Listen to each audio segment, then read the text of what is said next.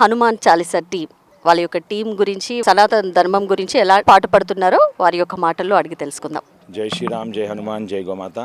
నిజంగా ఈరోజు మన పహాడీ హనుమాన్ దేవాలయంలో ఈ యొక్క సూర్య నమస్కారాలు అంటే ఈ ఆలయం దాదాపు ఒక 400 సంవత్సరాల పురాణిత ఆలయం అనమాట.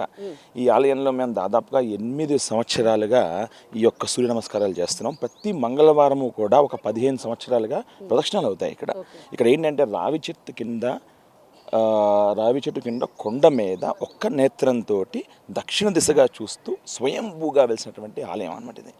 ఈ ఆలయంలో ఏంటంటే శక్తి చాలా ఎక్కువగా ఉంటుంది.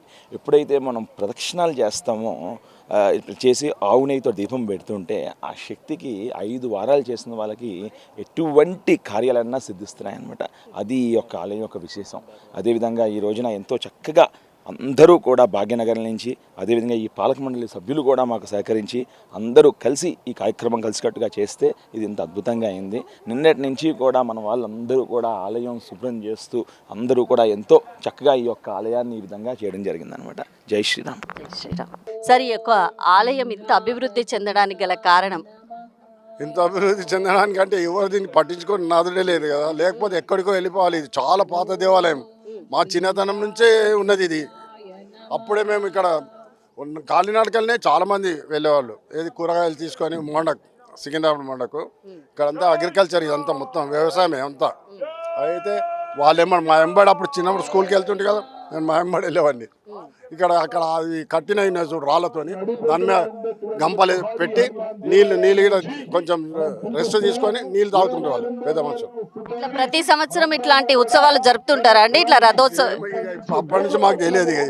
ఇప్పుడు ఇక్కడ మల్కాజ్గిరిలో నేను ఒక మందిరం కట్టించినప్పుడు ఆంజనేయ స్వామి, అదే ఇప్పుడు పెద్ద 2 కోట్లు అయింది. ఇప్పుడు అంత ప్రతిష్ట నేనే. డోనర్స్ కూడా ఇచ్చారు కొందరు, నేను సొంతంగా దానికి ఎగ్జిక్యూటివ్ డోనర్. 600 సంవత్సరాల విగ్రహం అది ఆంజనేయ స్వామి. చిదంబర స్వామి వచ్చాడు మా గుడికి, శ్రీరామునికి యంత్రం పెట్టాను, ఆయన కూడా వచ్చాడు ఆ గుడికి. ఆయనే యంత్రాలు తయారు చేయించి ఆయన యంత్ర ప్రతిష్ఠించాడు. అంతా బాగా చేశారు.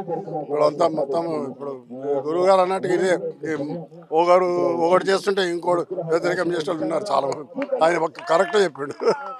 అది ఉంటుంది కదా, దాన్ని నేను ఎక్కయ్యా అందరికి మన వాళ్ళు అనుకొని కలిసి పోతాం. ఇప్పటికి నాకు 1 కోటి చిల్లర అయింది. ఓ డోనర్స్ 80 లక్షల దాకా వచ్చినాయి.